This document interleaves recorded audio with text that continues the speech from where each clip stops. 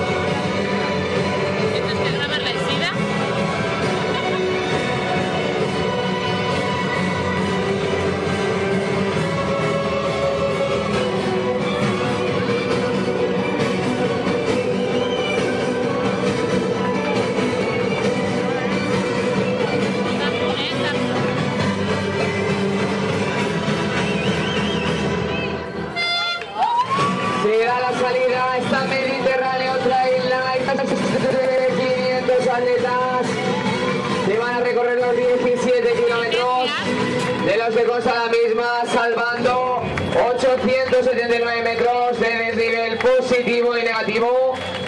Impresionante, están más de 500 luces frontales que van a iluminar el Parque Natural del Desert de Les Palmes, pasando por parajes como la cima del Bartolo, punto más alto de la prueba, más de 700 metros de altura, y el Castillo de Montornès, que por primera vez va a ser atravesado en una prueba atlética. Desearles la suerte a todos los participantes, que disfruten y que todos y cada uno puedan tener.